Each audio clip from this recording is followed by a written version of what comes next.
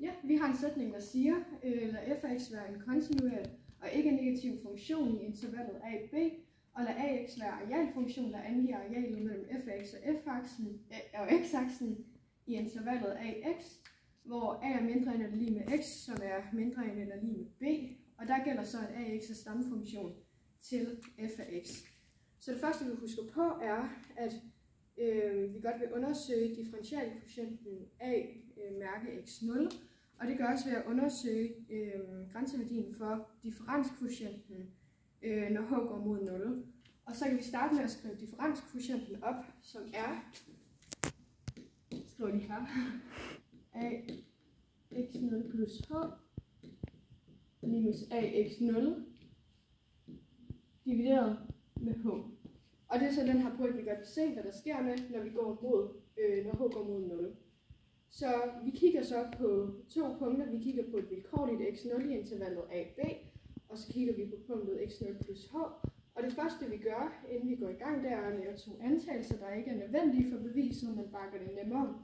Den første er henholdsvis tilhavæksten h regnes positiv, således at punktet x0 plus h ligger til højre for x0, og den næste er fx0 er voksen i et interval til højre for x0. Så laver vi en skitse, hvor vi beskriver ax0 plus h og ax0 som arealer under funktionen.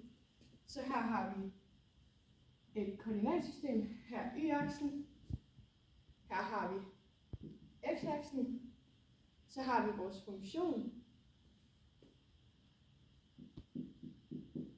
f af x, så har vi vores punkt a, vores vilkårligt valgte x0, vores punkt x0 plus h,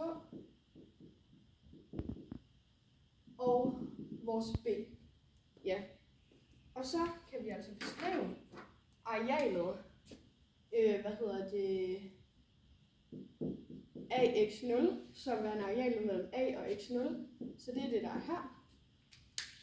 Og så har vi arealet ax0 plus h, det vil så være det store areal, der er her, som strækker sig fra a til x0 plus h, så det har vi så som a x0 plus h. Ja. Og hvis vi kigger på forskellen mellem de to arealer, så kan vi kalde den for delta a for forskellen. Så den har vi her. Delta a i lig med, det må jo så være a x0 plus h minus det lille areal her, som var ax0. Ja, det er altså forskellen.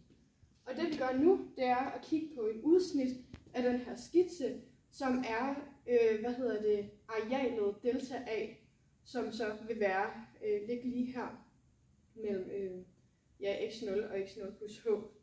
Og til det kan det godt være, at vi skal for nemhedens skyld gøre sådan her.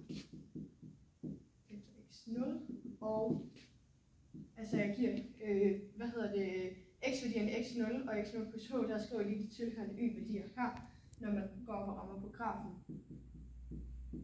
Ja, sådan. Så her vil jeg så at tegne delta a, og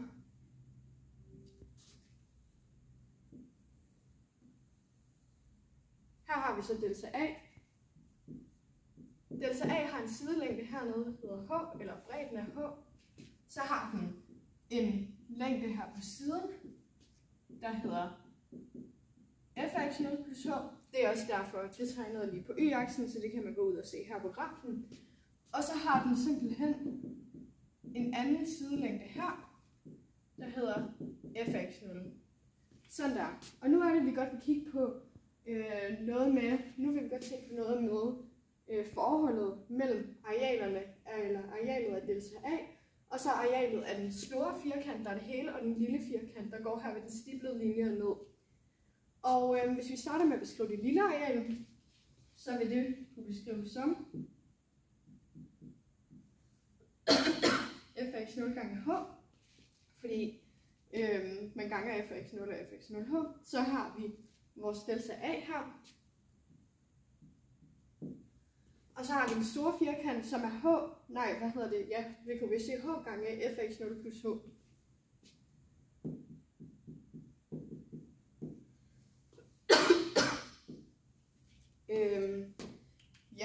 Og da f af x er voksende i et interval til højre for x0, altså vores anden antagelse, så vil det altså sige, at f af x0 gange h må være mindre end eller lige med delta a, som er mindre end eller lige med f af x0 plus h gange h.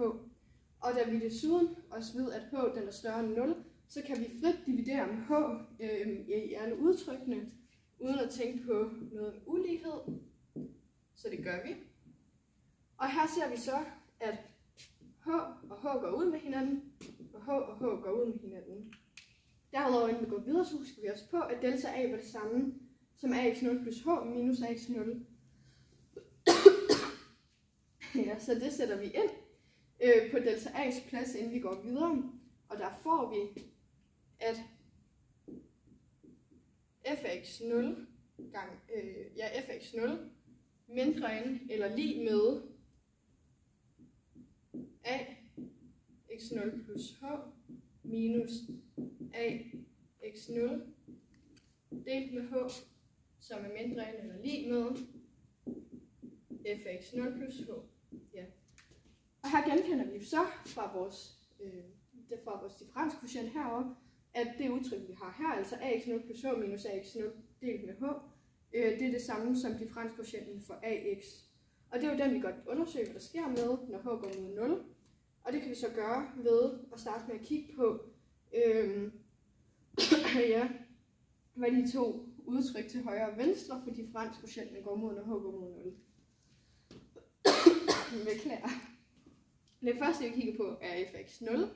Så her har vi afstanden h, da vi har punktet x0 og x0 plus h her. Når den her, og her har vi y-værdien f af x0.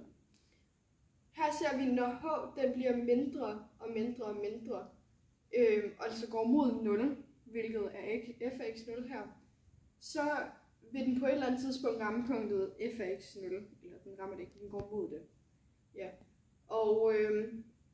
Og det er uafhængigt af f af x0, som vi også skal se ved at bruge grafen her. Vi starter ved h, så går vi længere mod 0. Der sker ikke noget med f af x0. Så derfor der kan vi konstatere, at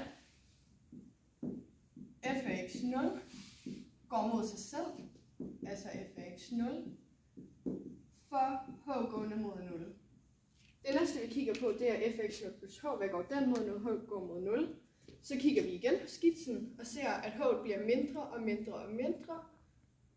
Og vi rammer igen f af x0. Og der ser vi så, at den også går mod, ja, f af x0. Ja, det skriver jeg bare lige op her.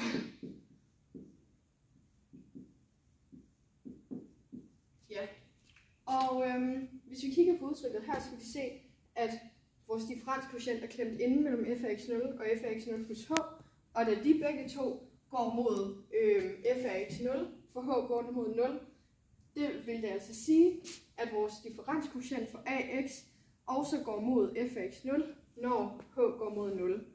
Og ja, når h går mod 0. Og det vil altså sige, a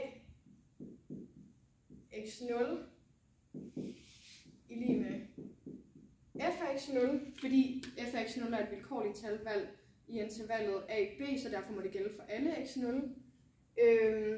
Ja, og ja, det vil så også sige, at vi kan skrive ax lige med f af x, og vi har altså dermed bevist, at ax er en stamfunktion til f af x.